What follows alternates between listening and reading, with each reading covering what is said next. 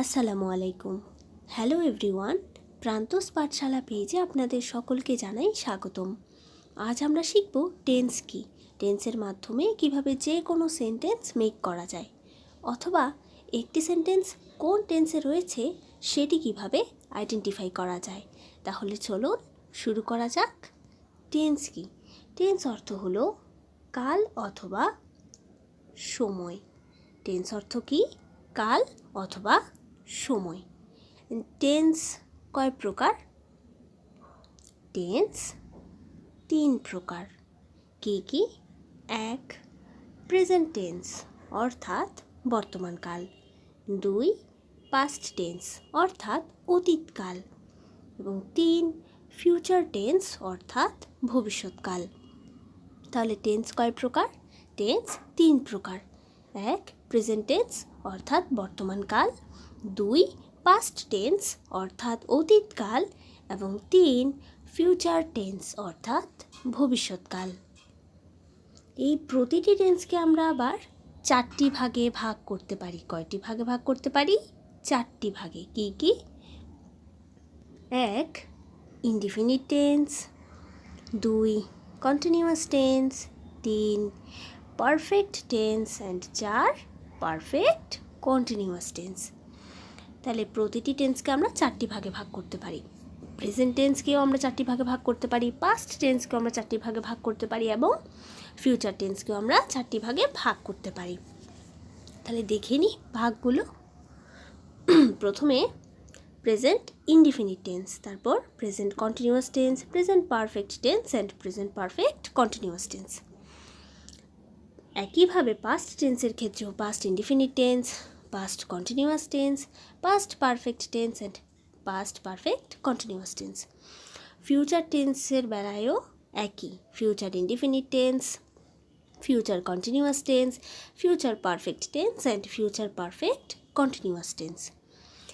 আজ আমরা আলোচনা করব প্রেজেন্ট টেন্স নিয়ে। তো প্রেজেন্ট টেন্স নিয়ে আলোচনার ক্ষেত্রে প্রথমেই আমরা দেখতে পাচ্ছি প্রেজেন্ট ইনডিফিনিট টেন্স। এই প্রেজেন্ট ইনডিফিনিট টেন্সের বাংলা অর্থ কি আমরা কেউ জানি? প্রেজেন্ট ইনডিফিনিট টেন্সের বাংলা অর্থ হলো ঘটমান বর্তমান। বাংলা অর্থ কি? ঘটমান বর্তমান। এই ঘটমান বর্তমান অর্থ কি? এই ঘটমান বর্তমান অর্থ হলো যে সকল কাজ বর্তমানে সংঘটিত হয়ে থাকে বা এখন ঘটছে, এই সকল কাজগুলো বোঝাতেই মূলত প্রেজেন্ট ইনডিফিনিট টেন্স ব্যবহৃত হয়। অর্থাৎ এই সকল কাজগুলোকে আমরা ঘটমান বর্তমান হিসেবে চিহ্নিত করে থাকি। আমরা বুঝতে পেরেছি আশা করি। এবার প্রেজেন্ট ইনডিফিনিট টেন্স, অ্যাকচুয়ালি আমরা এটা একটি উদাহরণ যদি এখানে দেখি তাহলে দেখতে পাই শি টিচেস মি ইংলিশ। এটার বাংলা অর্থ কি? এটার বাংলা অর্থ হলো সে আমাকে ইংরেজি শেখায়। এখন আমি যে সে আমাকে ইংরেজি শেখায় বলেছি, আমি কি একবারও বলেছি যে সে আমাকে গতকাল ইংরেজি শিখিয়েছিল, বা এখানে আমি কি নির্দিষ্ট কোনো সময়ের কথা উল্লেখ করেছি? করিনি। তার মানে এটা দ্বারা কি বোঝানো যায়? সে আমাকে ইংরেজি শেখায় মানে সে আমাকে প্রতিদিন ইংরেজি শেখায়। মানে এটা ঘটমান বর্তমান, প্রতিদিনই ঘটছে। এরকম আমরা কিন্তু আরও কিছু চমকপ্রদ উদাহরণ দেখে নিতে পারি। কেমন? আমি যদি বলি আমি ভাত খাই। আমি ভাত খাই মানে কি? আমি কি এর কথার দ্বারা এটা বোঝাচ্ছি যে আমি গতকাল ভাত খেয়েছিলাম, আমি আজ আর ভাত খাইনি, বা আগামীকাল ভাত খাবো, আজ খাবো না? না, এমন কোনো কথা বোঝানো হয়নি। আমি ভাত খাই কথাটি দ্বারা আমি ভাত খাই তার মানে আমি প্রতিদিনই ভাত খাই, এই কথাটি বোঝানো হয়েছে।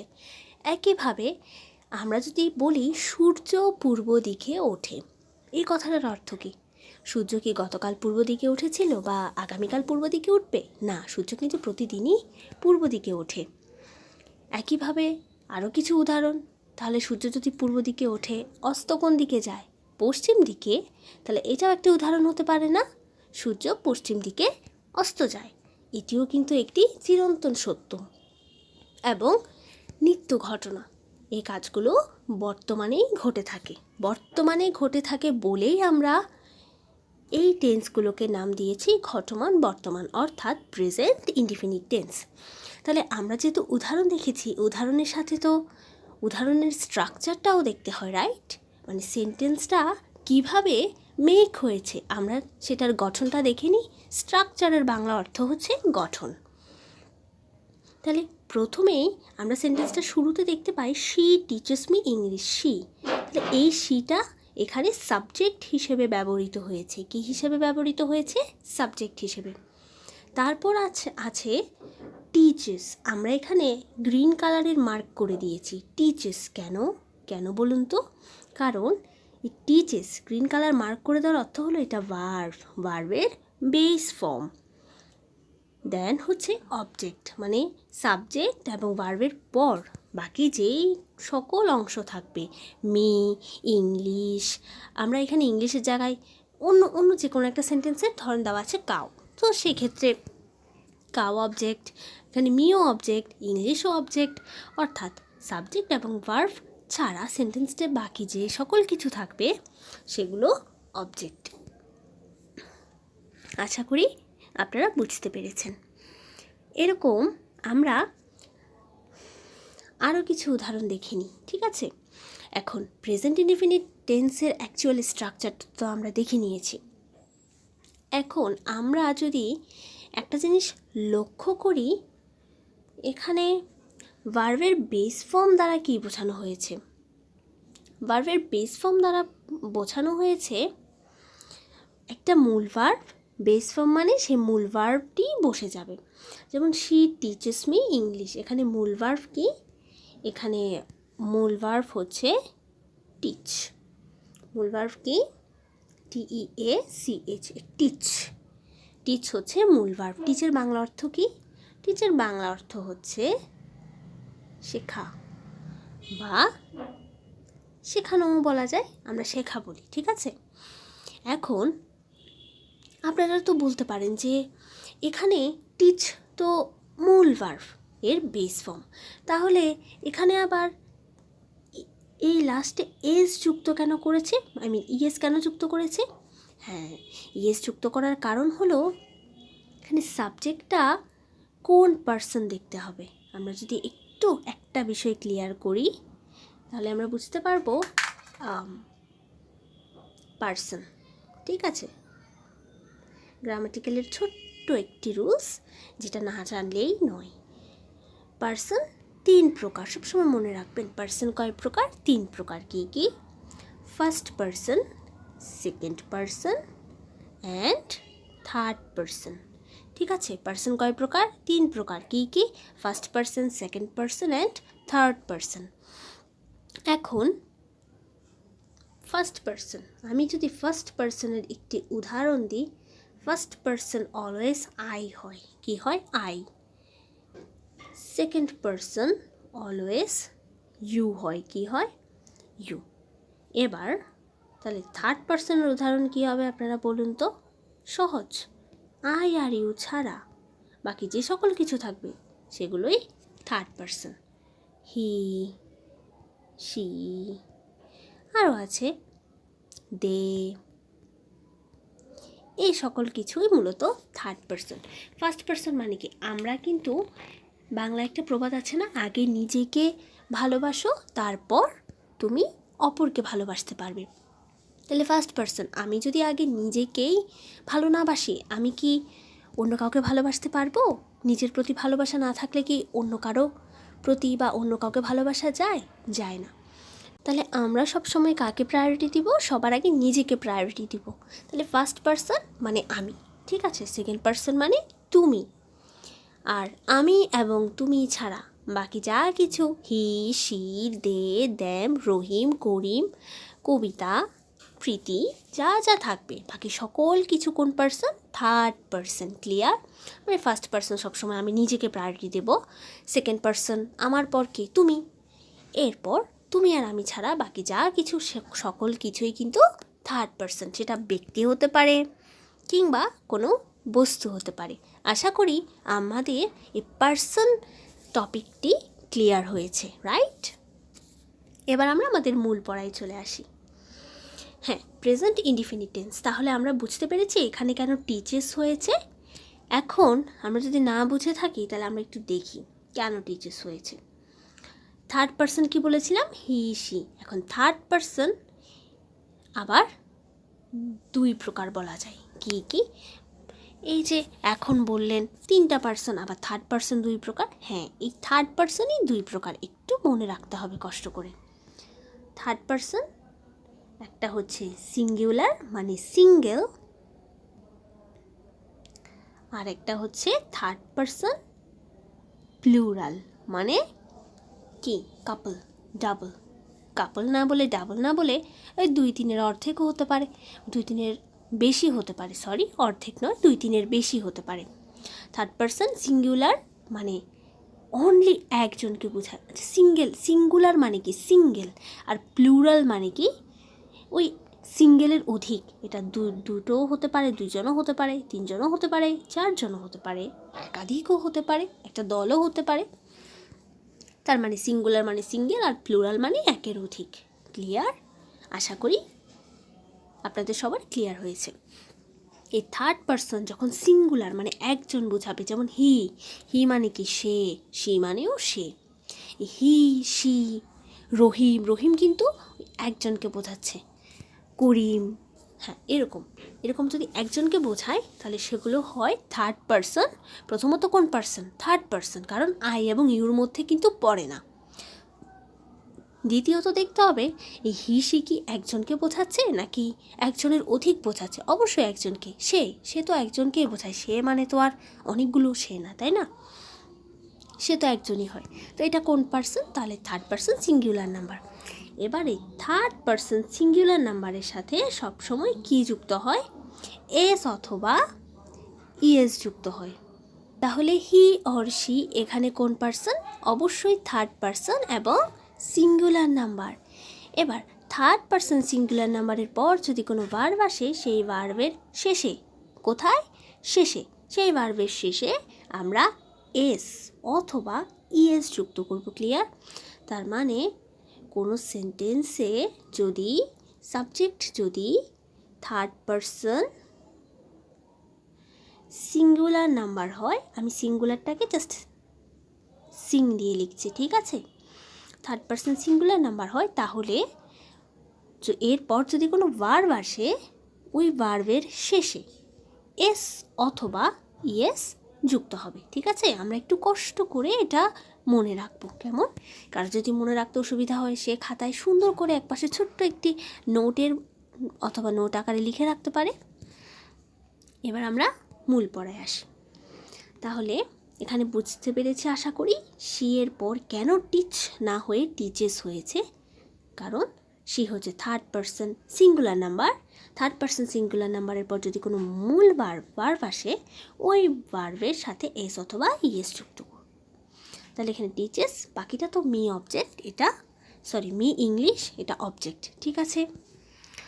এবার আমরা একটু পরবর্তী স্লাইডে যাই। Present indefinite tense. এই প্রেজেন্ট ইনডিফিনিট টেন্সের মধ্যে তিনটা ক্যাটাগরি পড়ে। একটা হচ্ছে অ্যাফার্মেটিভ, আর একটা হচ্ছে নেগেটিভ, এবং আর একটা হচ্ছে ইন্টারোগেটিভ। ঠিক আছে? তার মানে অ্যাসারেটিভ মানে কি? হ্যাঁ বোধক। নেগেটিভ মানে না বোধক, অ্যান্ড ইন্টারোগেটিভ মানে প্রশ্নবোধক। এখন কথা হচ্ছে এখানে হ্যাঁ বোধক, না বোধক, প্রশ্নবোধক কেন হলো বুঝিয়ে বলছি। একটি বাক্য আমরা যদি মেক করি না, আমরা সেখান থেকে তিনটি উত্তর পাবো। কীরকম? একটা হচ্ছে ইয়েস নো, ইয়েস, একটা হচ্ছে ইয়েস অর্থাৎ অ্যাফার্মেটিভ, যেটাকে আমরা হ্যাঁ বোধক বলছি, নো অর্থাৎ নেগেটিভ, যেটাকে আমরা কি বলছি? না বোধক। আরেকটি পাবো ইন্টারোগেটিভ মানে প্রশ্নবোধক। ক্লিয়ার? আমি যদি কোনো একটা তোমাকে প্রশ্ন করি, সেটার উত্তর অ্যাফার্মেটিভ, নেগেটিভ, আর প্রশ্ন করলে তো ইন্টারোগেটিভ। তার মানে একটা বাক্যে 3টা ফর্ম থাকে, একটা হচ্ছে অ্যাফার্মেটিভ, একটা হচ্ছে নেগেটিভ, একটা হচ্ছে ইন্টারোগেটিভ। ক্লিয়ার? তাহলে একটি বাক্যে কয়টি ফর্ম থাকে? 3টি। কী কী?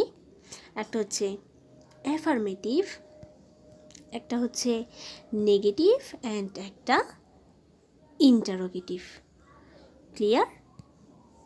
তাহলে আমরা প্রথমে অ্যাফার্মেটিভটা দেখে নিই, অর্থাৎ হ্যাঁ বোধক দেখি। কেমন? ধরো এখানে এক্সাম্পল হিসেবে দেওয়া আছে Rahi goes to the market. Rahi কোথায় যায়? মার্কেটে যায়। এরকমভাবে আরও একটি এক্সাম্পল দেওয়া আছে, my father reads news paper. মানে কি? আমার বাবা সংবাদপত্র পড়ে। ঠিক আছে, এই বাক্যটাতে কোথাও কি কোনো না বোধক উত্তর আছে? যেমন রাহি গোজ টু মার্কেট, মানে কি? রাহি মার্কেটে যায়।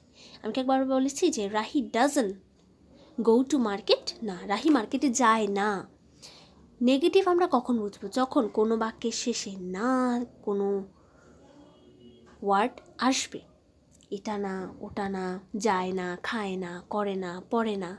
না মানে না দেখলে আমরা কি বুঝবো? নেগেটিভ। এখানে কি কোথাও না আছে? না, কোথাও না যেহেতু নেই, তাহলে এটি কি হবে? এটি হচ্ছে এফার্মেটিভ। আর প্রশ্নবোধক তো আমরা বুঝবই, অবশ্যই একটি বাক্যের শেষে কি থাকবে? প্রশ্নবোধক থাকবে। কোনো বাক্যের শেষে যদি আমি এরকম একটা কোয়েশ্চেন মার্ক দেখি, তাহলে সেটি হবে ইন্টারোগেটিভ সেন্টেন্স। তাহলে কোনো একটা বাক্যের শেষে যদি আমি না বোধক পাই, তাহলে সেটি নেগেটিভ সেন্টেন্স। আর যদি কোয়েশ্চেন মার্ক এবং না বোধক না দেখি, তাহলে সেটি কেমন সেন্টেন্স হবে? সেটি হবে অ্যাফার্মেটিভ, অর্থাৎ হ্যাঁ বোধক বাক্য। ক্লিয়ার? আশা করি সকলে বুঝতে পেরেছ। এবার আমরা দেখি, ঠিক আছে, এক্সাম্পলের সাথে স্ট্রাকচারটাও দেখে নিই। সেন্টেন্সটি অ্যাকচুয়ালি কীভাবে মেক হয়েছে? মেক হয়েছে Rahi goes to the market. Rahi মার্কেটে যায়। রাহি কোথায় যায়? রাহি মার্কেটে যায়। এখানে সাবজেক্ট কি? রাহি। এখন তোমরা বলো তো, রাহি এখানে কোন পার্সন? প্রথমে আমাদের দেখতে হবে রাহি কিন্তু এখানে থার্ড পার্সন। কীভাবে? আমি কি একবারও বলেছি আই বলেছি? না, আই তো ফার্স্ট পার্সন। আই আছে না, তাহলে এটা কি ফার্স্ট পার্সন? না। এরপর সেকেন্ড পার্সন কোনটি? সেকেন্ড পার্সন হচ্ছে ইউ। এখানে কি একবারও কোথাও ইউ উল্লেখ আছে? না, নেই তো। ইউ ওয়ার্ড উল্লেখ আছে? নেই। আই ওয়ার্ড উল্লেখ আছে? নেই। আই ওয়ার্ড উল্লেখ থাকলে ফার্স্ট পার্সন হতো। ইউ ওয়ার্ডটা যদি এখানে লেখা থাকতো, তাহলে এটি সেকেন্ড পার্সন হতো। কিন্তু এখানে আই এবং ইউ এর পরিবর্তে কি লেখা আছে? একটা নাম লেখা আছে, একটা মেয়ের নাম। কি? রাহি। রাহি। তাহলে রাহি এটি কি ফার্স্ট পার্সন, সেকেন্ড পার্সন নাকি থার্ড পার্সন? তোমরাই বলো। অবশ্যই থার্ড পার্সন, কারণ আই এবং ইউ নেই এখানে, একটি মেয়ের নাম আছে, নাম কি? রাহি। তো রাহি। এবার আমরা তো পার্সন আইডেন্টিফাই করে ফেলেছি, রাহি থার্ড পার্সন। এবার সিঙ্গুলার নাকি প্লুরাল, এটা আমাদের আইডেন্টিফাই করতে হবে। রাহি তো একজনকে বোঝাচ্ছে, রাহিস তো বলেনি। রাহি যেহেতু একজনকে বোঝাচ্ছে, অবশ্যই রাহি থার্ড পার্সন। কি নাম্বার? Singular number. কি নাম্বার? সিঙ্গুলার। তার মানে রাহি সিঙ্গেল, একা, অনলি ওয়ান পার্সন। এরপর রাহির পর আমরা দেখলাম একটা গোস। এই গোস কেন হলো? আমরা হয়তো এতক্ষণে বুঝে ফেলেছি, ধরতে পেরেছি, তাই না? কারণ এই গো এর বাংলা অর্থ তো আমরা সকলেই জানি, যাওয়া। আর যেহেতু রাহি এখানে থার্ড পার্সন প্লাস, আমি আবারও বলছি, third person plus singular number, এবং আমরা কি জানতাম, সেহেতু এখানে গো হয়নি, গো এর পরিবর্তে গোস হয়েছে, লাস্টে ইএস যুক্ত হয়েছে। ঠিক আছে, তার মানে গো এখানে হচ্ছে মূল ভার্বের বেস ফর্ম। যেহেতু রাহি সাবজেক্টটি থার্ড পার্সন সিঙ্গুলার নাম্বার, যার কারণে এখানে ভার্বটি গো এর পরিবর্তে কি হয়েছে? গোজ হয়েছে। আশা করি তোমরা এই বিষয়টি বুঝতে পেরেছ। তাহলে আমরা দেখি, এখানে দেখতে পাচ্ছি Rahi goes to the market. Rahi হচ্ছে সাবজেক্ট, যেটি হচ্ছে থার্ড পারসন সিঙ্গুলার নাম্বার। এরপর ভার্বের বেস ফর্ম, ভার্ব কোনটি? গো। যেহেতু রাহি এখানে থার্ড পারসন সিঙ্গুলার নাম্বার, গোর পরিবর্তে গোস হয়েছে। বাকিটা অবজেক্ট। টু দ্য মার্কেট, এটি অবজেক্ট। তাহলে my father reads news paper, এটা আমরা পারবো না? অবশ্যই পারবো। এখানে মাই ফাদার কোন পারসন? Third person. কেন? আই এবং ইউ ওয়ার্ডটা নেই এখানে। এখানে আই এবং ইউ এর পরিবর্তে মাই ফাদার আছে। মাই ফাদার থাকুক, রাহি থাকুক, হি থাকুক, সে থাকুক, যে থাকুক না কেন, আই এবং ইউ এর পরিবর্তে যাহাই থাকবে সেটি থার্ড পারসন। ওকে, এবার আমাদের দেখতে হবে এটি কি সিঙ্গুলার মানে একজন, নাকি প্লুরাল অনেকজন।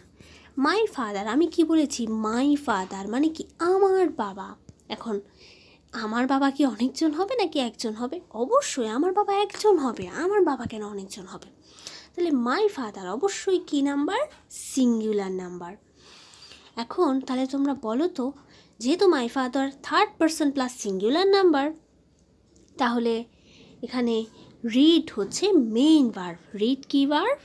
রিড হচ্ছে, আমি একটু মুছে দিচ্ছি, রিড হচ্ছে এখানে মেইন ভার্ব। রিড হচ্ছে এখানে মেইন ভার্ব। তাহলে সাবজেক্ট যেহেতু, সাবজেক্ট তো মাই ফাদার, মাই ফাদার যেহেতু সাবজেক্ট, সাবজেক্ট যেহেতু third person plus singular number, তাহলে মেইন ভার্ব যেহেতু রিড, মেইন ভার্বের সাথে এস অথবা ইয়েস যুক্ত হবে কি হবে না?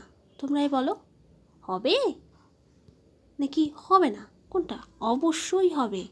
কারণ আমরা কি জানি, সাবজেক্ট যদি third person plus singular number হয়, তাহলে যে ভার্বটা আসবে ওই মেইন ভার্বের সাথে এস অথবা ইয়েস যুক্ত হবে। সেই জন্য এখানে রিডের পরিবর্তে কি হয়েছে? রিডস যুক্ত হয়েছে। ক্লিয়ার? বাকিটা নিউজ পেপার হলো অবজেক্ট। ঠিক আছে, আমি বিষয়টি আরেকবার ক্লিয়ার করছি তোমাদের সুবিধার্থে। সবাই মনোযোগ দিয়ে বিষয়টি লক্ষ্য করো। প্রথমত আমি একবার ক্যাপচার করে দিই। পার্সন, পার্সন কয় প্রকার? পার্সন তিন প্রকার। একটি হলো ফার্স্ট পার্সন, একটি হলো সেকেন্ড পার্সন এবং আরেকটি লাস্ট থার্ড পার্সন। ঠিক আছে, ফার্স্ট পার্সন মানে কি? আই, আমি, শুধুমাত্র আমি। ফার্স্ট পার্সন কি? I, I. সেকেন্ড পার্সন কি? ইউ, মানে তুমি। এই আই এবং ইউ ব্যতীত বাকি সকল কিছুই থার্ড পার্সন। কি পার্সন? Third person.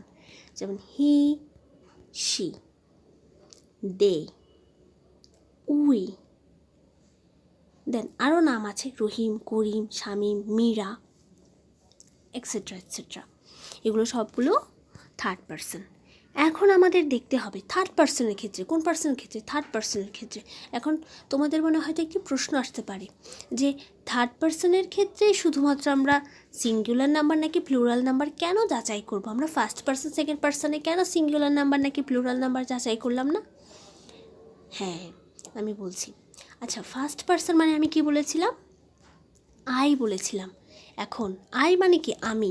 আমি কি পৃথিবীতে একটা আছি নাকি 10টা আছি? আমি পৃথিবীতে কি আছি? একটাই আছি, 10টা কিন্তু নেই। সেখানে ফার্স্ট পার্সন সবসময় কি হয়? সিঙ্গুলার নাম্বারে হয়। দেন যদি সেকেন্ড পার্সন অর্থাৎ ইউ দেখি, ইউ, ইউ মানে কি? তুমি। তুমি কি পৃথিবীতে একটি আছো নাকি তুমি 10টি আছো? তুমি একজনই আছো না পৃথিবীতে? তাহলে ইউ, ইউ তাহলে সিঙ্গুলার হবে নাকি প্লুরাল হবে? তুমি বলো। অবশ্যই সিঙ্গুলার হবে। তুমিও পৃথিবীতে একজন, আমিও পৃথিবীতে একজন, তুমিও পৃথিবীতে একজন। যার সেই জন্য ফার্স্ট পার্সন এবং সেকেন্ড পার্সন সবসময় কী হয়? সিঙ্গুলার নাম্বার হয়। কিন্তু থার্ড পার্সন মানে কি? আমি আর তুমি ব্যতীত বাকি যারা আছে, হ্যাঁ, ওরা থার্ড পার্সন। ওদের মধ্যে অনেকজন থাকতে পারে, আবার একজনও থাকতে পারে। অনেকজন থাকলে দে, উই, আস এগুলো ইউজ করব। মানে কি? অনেকজন, তারা আমি এবং তুমির মধ্যে পড়ে না, আমি এবং তুমি ব্যতীত অনেকজন আরও। তাহলে এই আই এবং ইউ অর্থাৎ আমি এবং তুমি ব্যতীত পৃথিবীতে যা কিছু আছে, যে সকল ব্যক্তি আছে, বস্তু আছে, সবগুলাই থার্ড পার্সন। এখন সিঙ্গুলার না প্লুরাল কিভাবে বুঝবো? যদি বলি সে, হি, সে, শি, কবিতা একজন মেয়ের নাম, একজন, রহিম একজন ছেলের নাম, একজন। এরকম যদি হি সি রহিম করিম বলি, নাম উল্লেখ করি, তাহলে সেগুলো হয় সিঙ্গুলার। আর যদি দে উই আস বলি, এগুলো হয় প্লুরাল। আশা করি পুরোটা এখন আমাদের কাছে ক্লিয়ার। তাহলে Rahi goes to the market, my father reads news paper, এখানে গোজ আর রিডস কেন হয়েছে আশা করি ক্লিয়ার। এবার আমরা নেক্সট স্লাইডে চলে যাব। নেগেটিভ। নেগেটিভ মানে কি? না বোধক। কী বোধক? না বোধক। না বোধক মানে কি বোঝানো হচ্ছে? তার মানে এখানে আমি যাই বলবো সবগুলো শেষে কী হবে? না হবে। যেমন I don't want to go shopping, আমি শপিংয়ে কি যেতে চাই না, আমি শপিংয়ে যেতে চাই না। মানে আমি ডোন্ট ওয়ান্ট টু গো, চাই না যেতে। ডোন্ট ওয়ান্ট মানে ওয়ান্ট মানে চাওয়া, আর ওয়ান্টের আগে যদি ডোন্ট ওয়ান্ট মানে কি? চাই না। টু গো, গো মানে যাওয়া, এই গোয়ের আগে যদি আমি একটু টু যুক্ত করে দিই তাহলে কি হয়ে যায়? যেতে হয়ে যায়। কি হয়ে যায়? যেতে। একইভাবে আমরা যদি ইট মানে কি? খাওয়া, ইটের আগে যদি একটু টু যুক্ত করে দিই তার মানে কি হয়ে যাবে? খেতে হয়ে যাবে। টু এর বাংলা অর্থ হচ্ছে তয়কার, তে, খেতে। এবার যদি বলি টু রিড, তাহলে কি হবে? পড়তে। এবার যদি বলি টু ওয়াক, তাহলে কি হবে? অবশ্যই হাঁটতে, কারণ ওয়াক মানে হলো হাঁটা, আর টু ওয়াক মানে তে, হাঁটতে। ক্লিয়ার? তাহলে নেগেটিভে I don't want to go shopping, আমি শপিংয়ে যেতে চাই না। না, না মানে কি? নেগেটিভ। তাহলে এখানে আই সাবজেক্ট কি? আই। আই কোন person? First person. First person সবসময় সিঙ্গুলার হয়, তো আমরা জানি। তাহলে এরপর ডু অথবা ডাজ নট যুক্ত হবে। কেন যুক্ত হচ্ছে এটা প্রশ্ন আসতে পারে না? হ্যাঁ, যুক্ত হচ্ছে কারণ এখানে না বোধক, আমার বাক্যটাকে না বোধক করতে হবে। তো আমার যখন একটি বাক্যকে না বোধক করতে হয় তখন আমি ওই বাক্যকে না বোধক করার জন্য ডু অথবা ডাজ নট ব্যবহার করি। কি ব্যবহার করি? ডু অথবা ডাজ নট ইউজ করি। ঠিক আছে? তাহলে I don't want to go shopping, আমি শপিংয়ে যেতে চাই না।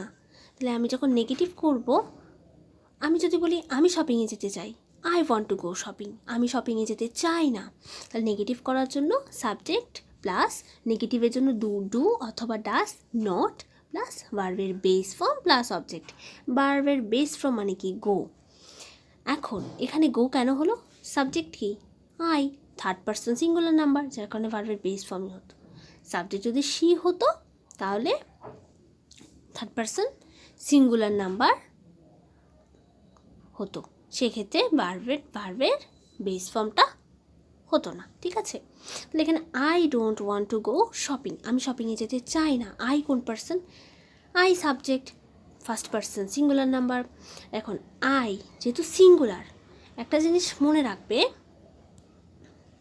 সিঙ্গুলারের সাথে সবসময় ডু ইউজ হয়। কি ইউজ হয়? ডু। আর প্লুরালের সাথে ডাজ ইউজ হয়। কি ইউজ হয়? ডাজ। তাহলে বলো তো, আই এর সাথে ডু ইউজ হবে নাকি ডাজ ইউজ হবে? তোমরা বলতে পারো আপনি তো বলেছেন যে সিঙ্গুলার হলে ডু ইউজ করব, প্লুরাল হলে অর্থাৎ একের অধিক হলে ডাজ ইউজ করব। এখন আমি তো একজন, আমি তো সিঙ্গুলার, তার মানে আইয়ের সাথে সবসময় ডু হবে। ডাজ কি হবে? হবে না। ক্লিয়ার? তাহলে চলো, আই ডোন্ট, তাহলে ডু নটকে সংক্ষেপে ডোন্ট বলে। ঠিক আছে? ডু নটকে সংক্ষেপে কি বলে? ডোন্ট। DON''টি, আমি এখানে লিখছি DON''টি, don't. I don't want to go shopping, আমি শপিংয়ে যেতে চাই না। এখন ঠিক আছে, আই যেহেতু সিঙ্গুলার সেক্ষেত্রে সেটার জন্য আমরা ডাস ইউজ না করে ডু ইউজ করে ফেলেছি। I don't want to go shopping. এবার সেকেন্ড এক্সাম্পলটার দিকে যদি একটু খেয়াল করো তাহলে দেখতে পাবে এখানে বলেছে Mitu doesn't Singh a song, Mitu গান গায় না। না মানে নেগেটিভ। একইভাবে মিতু, মিতু এখানে সাবজেক্ট। এখন মিতু এখানে যেহেতু সাবজেক্ট, মিতু কি, আমি এটা একটু মুছে দিই। মিতু এখানে কোন পার্সন এবং কোন নাম্বার বলো তো? মিতু এখানে ফার্স্ট পার্সন, সেকেন্ড পার্সন না থার্ড পার্সন? অবশ্যই আই এবং ইউ যেহেতু না, তার মানে মিতু এখানে থার্ড পার্সন। থার্ড পার্সন কোন নাম্বার? মিতু একজনই, তার মানে সিঙ্গুলার নাম্বার।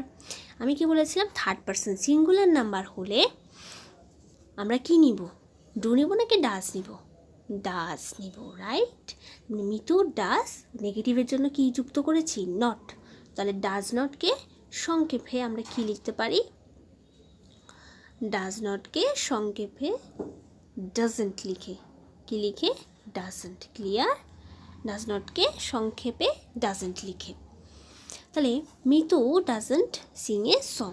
এখন যেহেতু আমরা এখানে ডাজ লিখে ফেলেছি, ইএস, ডু এর সাথে ইএস যুক্ত করে ডাস করে ফেলেছি, সেহেতু এখানে সিং এর সাথে এক্সট্রা করে আমরা আর এস যুক্ত করব না। ক্লিয়ার? আমরা নেগেটিভের জন্য কি ইউজ করছি? ডু অথবা ডাজ ইউজ করছি। তো এখানে ইএস অলরেডি ডু এর সাথে আমরা যুক্ত করেই ফেলেছি, ঠিক আছে?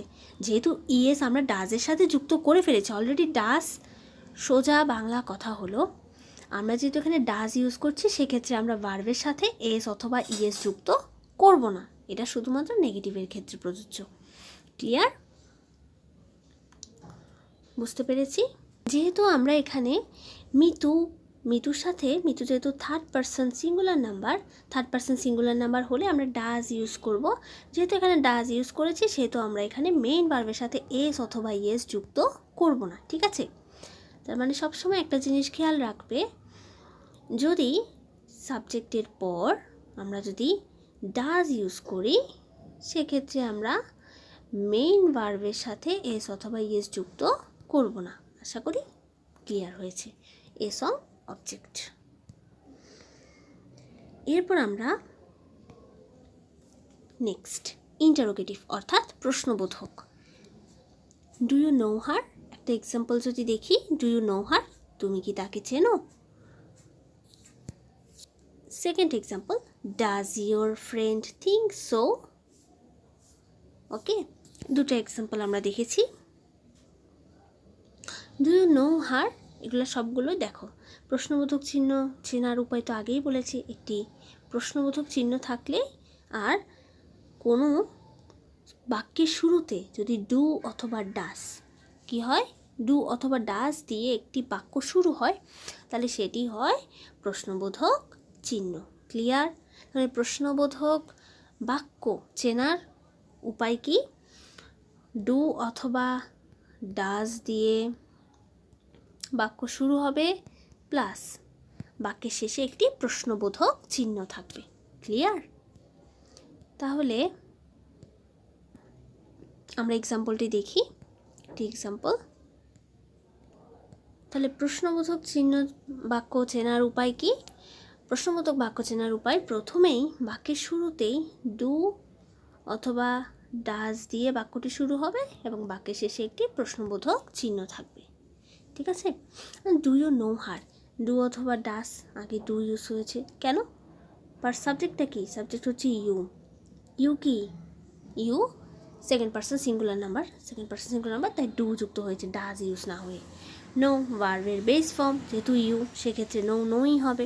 হার হচ্ছে object. Second example, does your friend think so? Same, your friend, এটা কি আমি? এটা কি তুমি? নাও, আমি আর তুমির বাহিরে, অর্থাৎ থার্ড পার্সন। কি নাম্বার? সিঙ্গুলার নাম্বার, যেহেতু ইয়োর ফ্রেন্ড, তোমার ফ্রেন্ড। যদি ফ্রেন্ডস বলতো তাহলে প্লুরাল বোঝাতো, ইয়োর ফ্রেন্ড মানে একজন, যেহেতু থার্ড পার্সন সিঙ্গুলার নাম্বার, তা আমরা কি ইউজ করবো? ডাজ। Does your friend. তাহলে যেহেতু প্রথমে আমরা ডাজ ইউজ করে ফেলেছি, যেহেতু আমি আবার বলছি, দেখো, যেহেতু আমরা প্রথমেই ডাজ ইউজ করে ফেলেছি, সেহেতু আমরা আর ভার্বের সাথে এস অথবা ইএস যুক্ত করব না। ক্লিয়ার? লাস্টে প্রশ্নবোধক। একটা কথা তোমাদের মনে রাখতে হবে, বাক্যের পর অর্থাৎ বাক্যের শেষে যদি আমরা প্রশ্নবোধক চিহ্ন না দিই, তাহলে ওই সেন্টেন্সটি ভুল। অর্থাৎ তুমি যদি পরীক্ষার খাতায় লেখো, বাক্যটি কেটে দেবে। ক্লিয়ার? ওকে, এরপর আমরা চলে যাব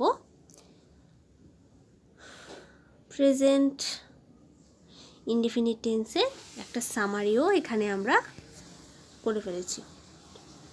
ঠিক আছে, যা যা পড়িয়েছি সব এটার একটা সামারিও আছে, তোমরা চাইলে তুলে নিতে পারো। সো এই হলো আমাদের প্রেজেন্ট ইনডিফিনিট টেন্সের স্ট্রাকচার প্লাস অ্যাফার্মেটিভ অর্থাৎ হ্যাঁ বোধক, নেগেটিভ অর্থাৎ না বোধক এবং ইন্টারোগেটিভ অর্থাৎ প্রশ্নবোধক তিনটি পার্ট। প্রেজেন্ট ইনডিফিনিট টেন্সের অ্যাফার্মেটিভ, নেগেটিভ এবং ইন্টারোগেটিভ যা যা আমরা এতক্ষণ পড়েছি তার একটি সামারি, পুরো পড়াটার একটি সামারি এখানে দেওয়া আছে, তোমরা চাইলে দেখে নিতে পারো। ঠিক আছে, সো আজকের ক্লাস এতটুকুই, দেখা হচ্ছে আমাদের নেক্সট ক্লাসে। ততক্ষণ পর্যন্ত সবাই ভালো থেকো, সুস্থ থেকো এবং প্রান্তস পাঠশালা পেজের সাথেই থেকো। ধন্যবাদ সকলকে।